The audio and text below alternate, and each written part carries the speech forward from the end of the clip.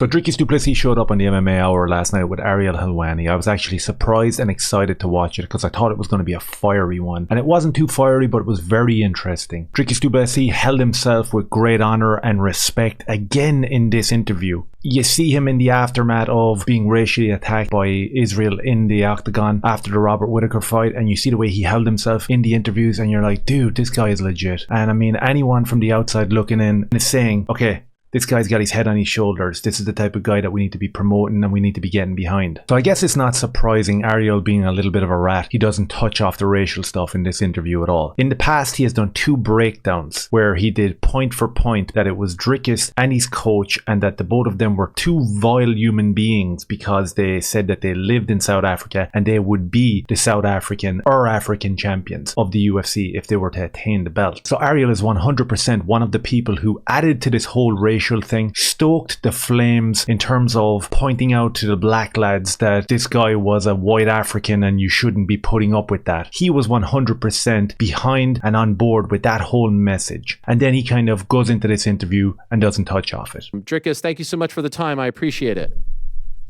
No pleasure, man. Thanks for having me. It's good to have you, and I do really appreciate you coming on the show. Obviously, a lot has happened over the last few months, so I think says a lot about you that you would come on to talk about everything going on in your career. And I am very interested to hear what you have to say about everything that has happened over the last, couple months or so. And before we go any further, let's talk about Dricus's demeanor and his manner here. It takes a lot of restraint as a human when you've been attacked twice by Ariel Helwani and you were made to look like you were some sort of race baiter yourself, when in fact it was the inversion of this. It takes a lot of willpower to sit there and be cordial to this guy. And fair play to Dricus for doing that. Did someone say to you, was it in writing? Like, did you feel like there's nothing I need to do at this point because I just beat Robert Whittaker? What were you thinking as you left the cage that night? So, it was basically a done deal. But, I said it even at the presser. I said, if I'm medically able to, that's the fight I'm going to take. And, Chael Sonnen said something stupid or ridiculous, like,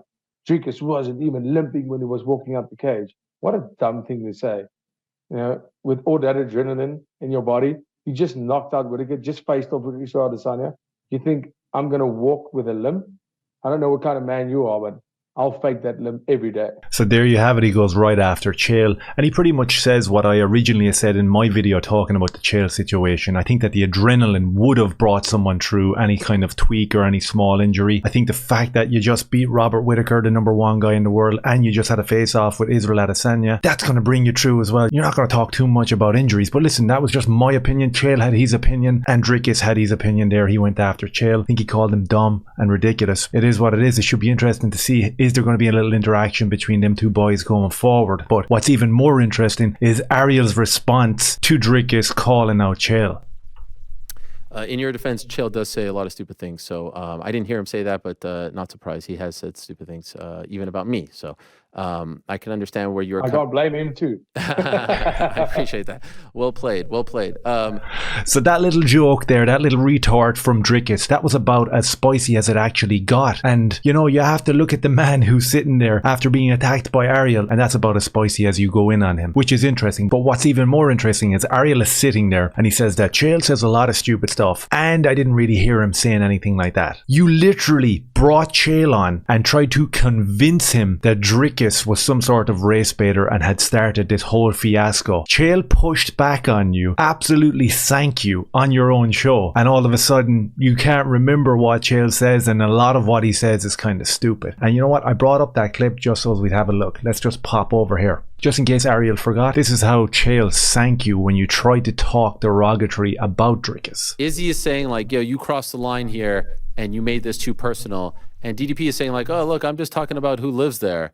But if you go back to his original comments, and have you heard his original comments? Would you like for me to play them to you? I could play them for you just for context. Be helpful if you reminded me, please. Okay, let me play it for you. This is the... Ariel was so mad to play it. He just wanted to play it. And even the way he mimics Dricus Du Plessis' voice, like holding up the hands going, oh, I just the one who lives there. It's like, dude, you're a scumbag. Well, I mean, did those belts ever go to Africa? As far as I know, it came to America and New Zealand. What Ariel believes was the origin of all this, because Dricus said that the belts went to America and to New Zealand, which they did. I'm going to take a belt to Africa. I'm the African fighter in the UFC. Myself and Cameron, we breathe the African air. We wake up in Africa every day. We train in Africa. We're African born. We're African raised. We still reside in Africa. We train out of Africa.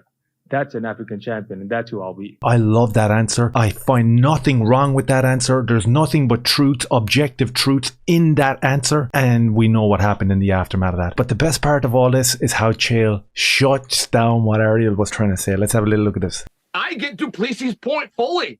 If I was claiming to be the Oregon champion, the Westland champion, and somebody else tried to make that claim that moved away and was somewhere else, and I'd be saying the same thing. I mean, I really do think that Du Plessis makes a very fair point. Now, that's different, though. That's a very different point than Adesanya coming in and making it about skin color. That's where it starts to go, whoa. Chael says it and sticks it right to Ariel. Izzy is the person who made this about race, and I didn't realize that Chael had been such a Chad and had sank Ariel as hard as he actually did. You know, the race baiting, sinister, pernicious act that Ariel was doing over the course of a couple of different live shows got stunned and stopped right there by Chael Sonnen. It was great. So when we jump back over here, is it any wonder that Ariel is sitting there saying that Chael says a lot of stupid stuff and I don't really remember what he said about you? What a slime ball. We'll jump forward here, and Dricus talks about being injured, and he really goes into detail about the foot injury and the treatment that he received and how he received a lot of that treatment at the UFC training facility. So he does go into depth talking about the injury. But I want to jump forward to this question here. There was no part of you that was like, why am I even taking this fight? I thought, you know, after the Miami event, it seemed like you would be next, right?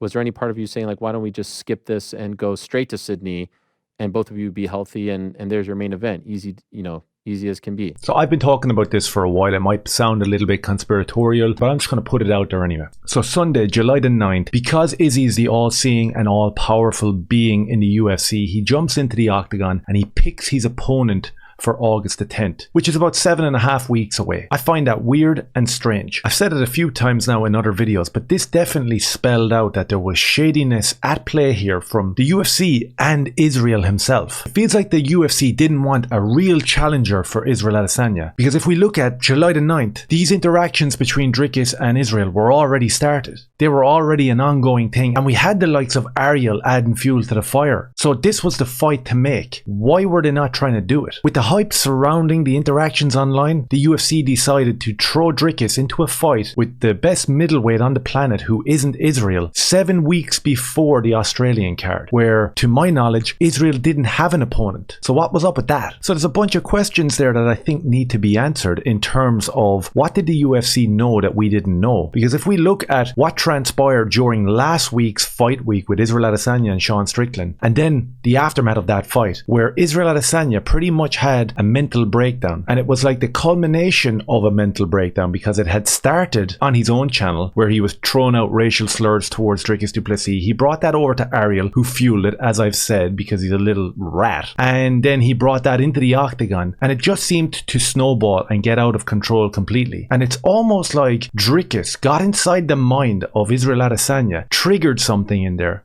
and broke the man. So why are none of the MMA media shills asking that question? Why are none of them saying, on July the 8th, the day before you got into the octagon, because you couldn't have known that Dricus was going to win that fight. There's always a chance it's MMA, but that was essentially a massive upset. So you couldn't have known that Dricus was going to win it. So on July the 8th, the day before, the Friday before that fight, who was your opponent for 6 weeks' time on one of the biggest pay-per-views of the year over in Australia, you being the headliner because that's your side of the world? Who was the opponent? Because it doesn't seem like anybody knew or knows who that was. And everybody knows that the winner of that fight, Robert Whittaker and Dricus Du Plessis, was never going to turn it around in 7 weeks. Even the snaky rat here, Ariel, mentions it. Was right, because I said, you know, if I'm being honest, I was like, you know, in the history of the UFC, no one turns around on 2 months' notice.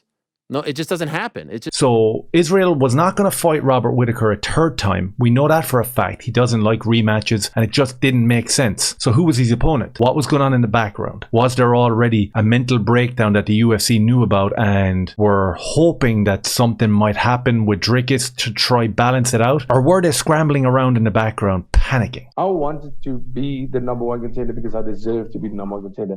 And I didn't want to beat a number 4 guy, a number 5 guy, number 2 guy, a number 4 guy, number 3 guy, and then get title shot.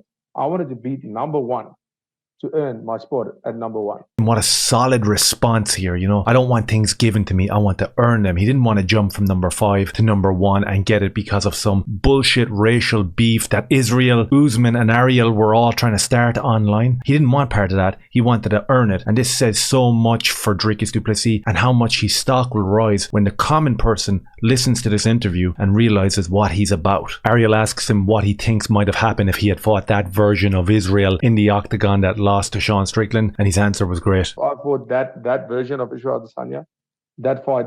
Do you think Robert Whittaker would have beaten that version of Adesanya? Yes. That fight went a round and a half with me and Whittaker. There's no way we would have seen the second round. I 100% agree with the idea that if Dricus had fought that version of Israel that we saw last Saturday night, it wouldn't have made it out of the first round. And I think the UFC knew that, and they knew it very early on. Don't ask me how, but they were protecting their boy. And look at how that ended up. They did everything in their power to put in Sean Strickland. No disrespect to him, but before he won the title, people were laughing at him. People were saying this is going to be a 30-second blitzing by Israel Adesanya, and he's going to dance on his grave, and he's going to do it with nail varnish on. And look at how that backfired. And everybody that is breaking down the fights are giving credit to Sean Strickland, and a lot of them are talking about the same talking points with Israel Adesanya. Something was definitely up. Taking nothing away from Sean Strickland, something was up with the guy, and it's been that way for a few months, and the UFC were trying to cover it up and protect their champion. Dana alluded to this, but then on Tuesday kind of clarified his stance. The one that we didn't bring up is the immediate rematch. How would you feel if they give Izzy the immediate rematch? Before we listen to his answer, we have to call out Dana for lying. He 100% lied this week. He said in the aftermath of the fight that the rematch made sense. That's probably what we're going to do. After the heat came on him after a few days, he started to kind of waver on that a small bit. He started calling the media idiots for quoting what he actually had said, and none of it made sense, and he was backtracking, so that had to be called out. So I'm going to jump to the end of this interview and just show you exactly how sneaky and slimy this dude is. This was nice. This was nice, Dricus. I think this is good. Are we back or what? What do you think? Are we back or what? What do you think?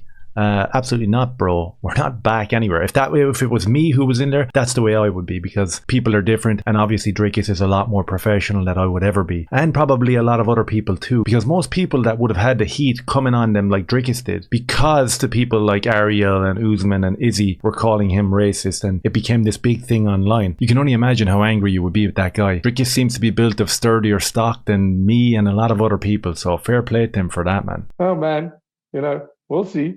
Okay. We'll see. A small step. We're 1-1 right now. Can you tell your coach I say hello? I mean, like what? Rat, absolute rat. Tell your coach I said hello after I tore his name through the mud. It's what maybe we can mend the fences there too. What do you think? Oh man, I'll give it my best shot, but you have a better shot at me than him.